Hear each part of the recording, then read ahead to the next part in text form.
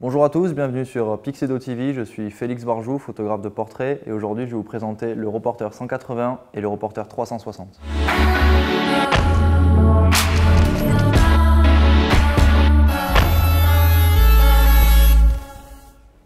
Pour faire simple, la série Reporter sont simplement, on va dire, de gros flash Cobra ou de petits flash de studio en fait. Je vais vraiment expliquer ça simplement, c'est-à-dire qu'on a l'avantage d'un flash de studio au niveau de la puissance, donc il y a 180 watts seconde ou 360 watts seconde, ce qui est assez énorme, mais la taille d'un flash Cobra, c'est légèrement plus gros qu'un flash Cobra, mais ça a toutes les qualités et les possibilités d'un flash Cobra et un flash de reportage, c'est-à-dire qu'on peut très bien l'utiliser en déporté, en flash de studio sur un trépied avec des modeleurs de studio sans problème, comme on peut aussi l'utiliser directement sur l'appareil photo en mode reportage, que ce soit pour du mariage, du corporate, du reportage, de la photo d'entreprise, n'importe quoi. Le plus gros avantage, c'est qu'on a vraiment la puissance d'un flash de studio avec la taille d'un flash Cobra. Sur la version 360, nous avons le récepteur Navigator X intégré directement au flash. Sur la version 180, il faut utiliser le petit dongle USB qu'on a ici, Navigator. Les deux flashs peuvent permettre d'être contrôlés à distance avec le Navigator X. L'avantage, c'est qu'on n'a plus à se déplacer pour aller contrôler la puissance de notre flash à droite, à gauche. On le contrôle directement sur le petit boîtier. Sur le 360, il existe une version TTL et une version non TTL en fonction de l'utilisation. Je sais que le TTL, moi personnellement, je ne l'utilise pas, mais les gens qui font du mariage ou du reportage et qui n'ont pas forcément le temps de régler leur appareil et surtout la puissance de leur flash vont utiliser le TTL par exemple. Les deux versions sont HSS, donc permettent la synchro haute vitesse, donc on n'est pas limité au 1/2 centième de seconde. Ça c'est sympa pour les gens qui veulent faire de la photo de sport à très haute vitesse par exemple, ou pour pouvoir ouvrir son diaph, par exemple shooter à f1.4 en plein soleil et pouvoir monter la vitesse d'obturation. On va tester maintenant le Reporter 360 en mode reportage, donc directement sur l'appareil. J'ai la batterie qui est autour du cou ici grâce à la petite sangle. Donc vous pouvez très bien l'accrocher à la ceinture aussi, donc il y a le support ceinture qui est juste sur l'arrière.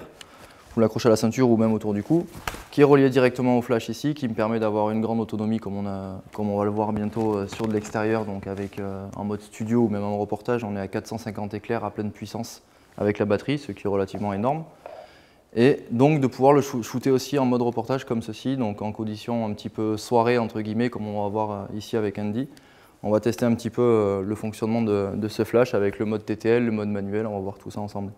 Alors, dans un premier temps, au niveau des réglages de mon appareil, je vais faire un réglage, on va dire, plus ou moins au hasard, une condition un peu à l'arrache, entre guillemets. Je suis donc au 2 centièmes de seconde f5.6 à ISO 100, qui n'est pas forcément un bon réglage pour de la photo de soirée, dans une condition de lumière assez faible. Le reporter est en mode TTL, donc en mode automatique, à 0, donc en fait il est vraiment sur le basique du basique en mode automatique. On va juste voir comment l'appareil va réagir, comment il va calculer la lumière automatiquement. Hop, comme on peut le voir, c'est beaucoup trop blanc, beaucoup trop cramé, tout simplement parce que la mesure spot centrale de l'appareil ou la mesure va calculer en fait la zone sombre du t-shirt d'Andy qu'on a ici, donc on va essayer de compenser ce noir et en rehaussant la puissance du flash. Donc on se retrouve donc avec une photo beaucoup trop blanche et beaucoup trop surexposée. Donc la meilleure chose à faire, c'est déjà avant toute chose, avant de toucher au flash, c'est de revoir un petit peu les réglages sur mon appareil en fonction de la luminosité ambiante. Donc là par exemple le 2 centième de seconde c'est un petit peu trop rapide. Je vais me le baisser, on va dire même au 50e de seconde, sachant que mon flash va servir à figer mon mouvement. Donc la vitesse d'obturation ne sera pas vraiment très importante. On va quand même rester au 50e de seconde par sécurité. Et on va ouvrir un petit peu plus le diaph à f2.8. Et en montant les ISO à 400, parce qu'on a quand même un petit peu de lumière ambiante dans le studio. Donc déjà, on va tester comme ceci. Je suis toujours en TTL au niveau du flash, toujours à 0 aussi au niveau TTL. Et là, comme on peut le voir, c'est exactement le même problème qu'avant, c'est-à-dire qu'on a quand même la partie sombre du t-shirt qui est calculée par l'appareil, donc qui va essayer de rehausser, donc le flash sera beaucoup trop fort. Comparé à la photo d'avant, l'avantage qu'on a, c'est qu'on récupère de la lumière ambiante derrière, qui est déjà beaucoup plus jolie, beaucoup plus sympa.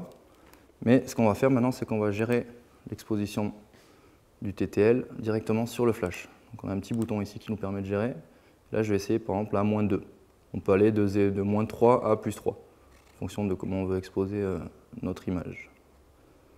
Hop, on va tester -2.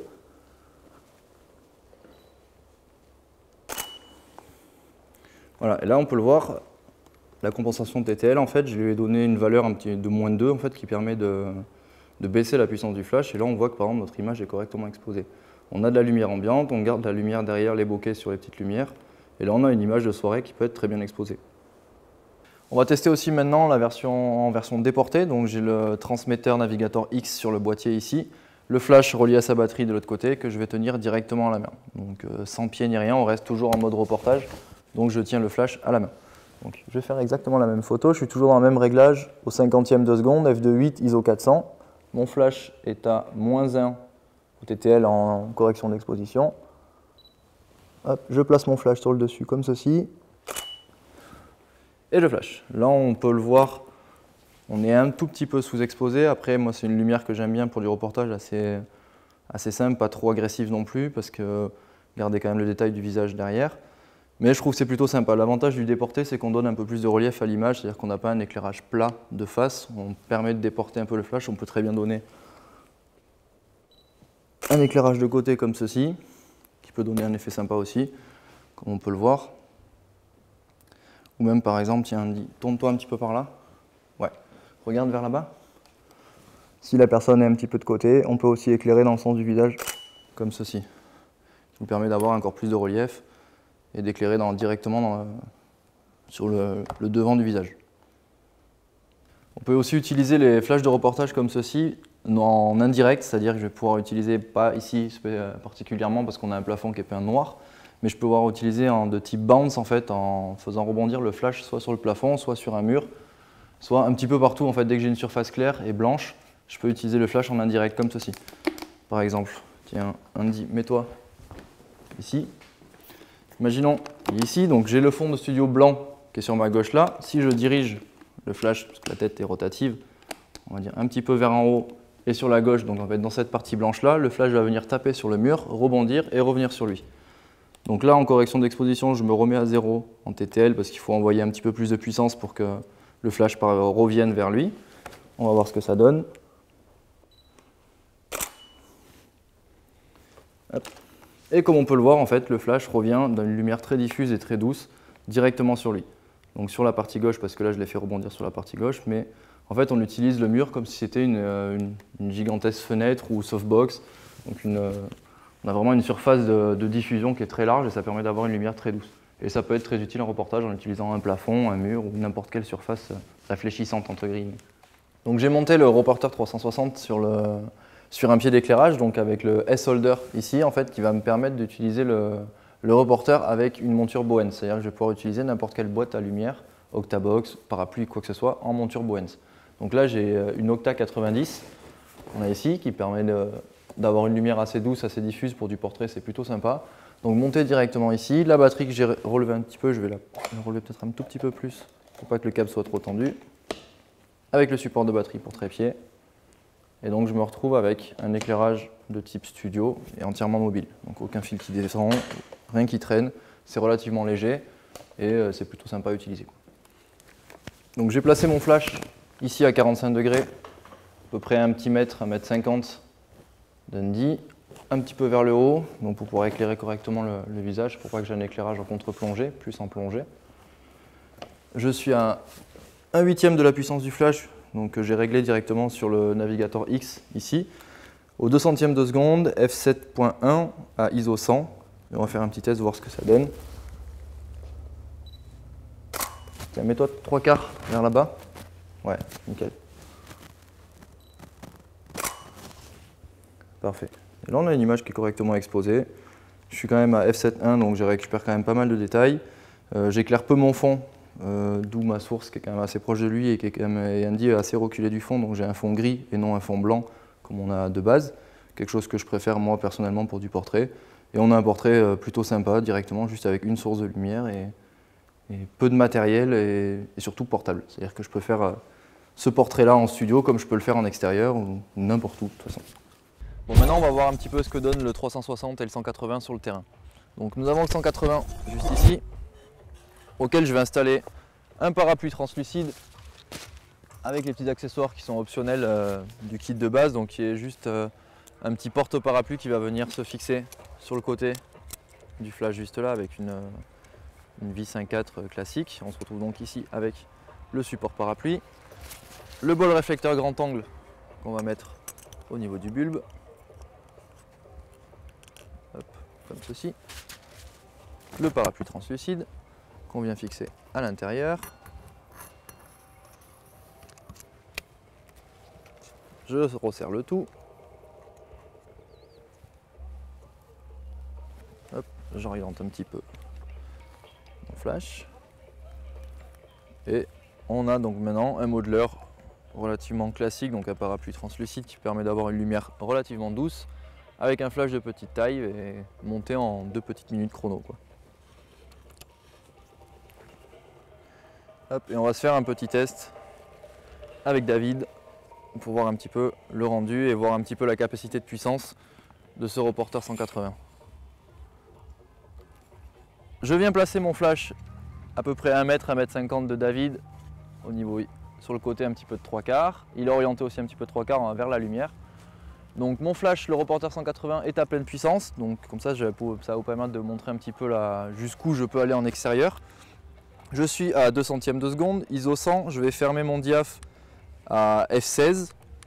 Donc aujourd'hui on n'a pas excessivement de lumière, mais si on était en plein soleil, on va dire que ça serait une expo qui serait vraiment correcte. Donc voir si le flash permet de contrer une exposition de plein soleil, donc une journée assez lumineuse. On fait un petit test. Parfait. Voilà, et comme on peut le voir, donc je suis correctement exposé à f16, limite même un peu cramé, je pourrais fermer même un petit peu plus, voire peut-être f18. Donc ça montre surtout qu'avec 180 Wh/s, ça nous permet quand même de pouvoir fermer notre diaph, on va dire assez loin, et d'avoir quand même pas mal de puissance. Donc là je suis quand même assez sombre au niveau du fond parce qu'on a peu de lumière ambiante aujourd'hui. Donc ce que je vais faire, c'est que je vais baisser un petit peu la puissance de mon flash avec le Navigator X. Donc là je suis à fond, je vais me le mettre à 1/4 de la puissance, on va redescendre un petit peu, et je vais ouvrir un petit peu plus mon diaph. Donc F16 et je vais passer à F9. On va essayer, voir ce que ça donne. Parfait, et là comme on peut le voir, j'ai mon fond qui est correctement exposé, j'ai mon flash qui est quand même visible sur l'image, on est correctement exposé, c'est nickel. Donc je suis quand même fermé à F9 à seulement 1/4 de la puissance du flash et ça me permet de pouvoir faire un portrait vraiment sympa quoi qu'il arrive. Donc 180 Wh/s suffit largement pour pouvoir faire un portrait avec un parapluie blanc à 1 mètre de distance en extérieur avec une lumière ambiante assez forte si besoin. Donc je viens de brancher le 360 et le 180 sur une même batterie et on va tester un petit peu la différence de puissance et surtout le temps de rechargement de les flashs. Donc j'ai mis le 180 à pleine puissance, donc à 1,1 et le 360 à sa moitié de puissance, donc pour avoir une puissance équivalente en fait, vu qu'on est sur le double de puissance sur le 360. Et nous allons tester directement avec le petit Navigator X en envoyant un coup de flash, lequel va se recharger plus rapidement. On voit bien que le 360 se recharge beaucoup plus rapidement. Donc le gain de puissance qu'on a avec le 360 ne sert pas forcément à avoir beaucoup de puissance, sert aussi à utiliser moins de puissance si on veut une certaine valeur et donc un rechargement beaucoup plus court. Donc on va gagner quasiment presque 1 seconde entre chaque rechargement de flash, ce qui peut être énorme si on shoot par exemple du reportage, que ce soit quelque chose d'assez rapide où on n'a pas vraiment le temps on n'a pas 2-3 secondes entre chaque photo, donc on fait un rechargement d'éclair assez rapide. Donc pour moi la puissance ne sert pas seulement à avoir que de la puissance, sert aussi à pouvoir recharger son éclair beaucoup plus rapidement et être beaucoup plus large dans ce qu'on veut faire et faire même des rafales si on veut utiliser une puissance un peu plus faible. Je viens de réaliser un test avec un flashmètre pour comparer un petit peu la puissance des deux entre le 360 et le 180. Pour le 180 on arrive à un petit peu plus de f11 à 100 ISO et pour le 360 on arrive à un petit peu plus de f16 pour 100 ISO. Donc on voit bien qu'il y a quand même une grosse différence de puissance, ce qui est quand même relativement acceptable, sachant que le flashmètre était positionné à 2 mètres de mes flashs avec le bol réflecteur standard.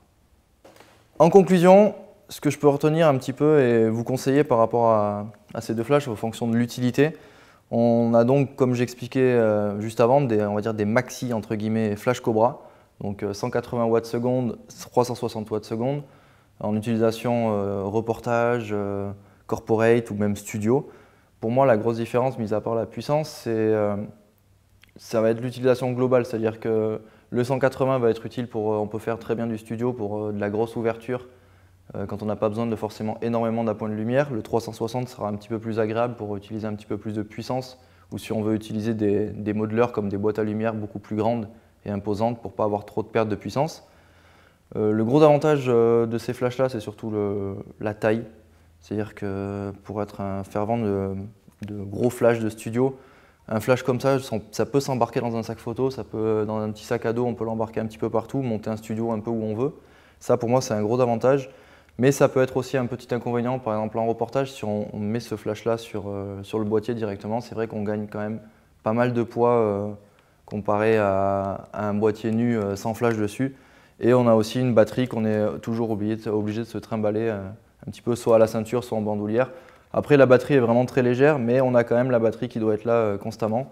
Ça peut être un inconvénient. Après, moi je trouve que par rapport à un Flash Cobra qui marche sur pile, une batterie est quand même beaucoup plus sympa parce qu'on gagne énormément en vitesse de recyclage comparé aux piles et surtout qu'on peut faire beaucoup plus de flash à pleine puissance avec cette petite batterie accrochée à la ceinture qu'avec un jeu de piles dans un Flash Cobra classique, quoi.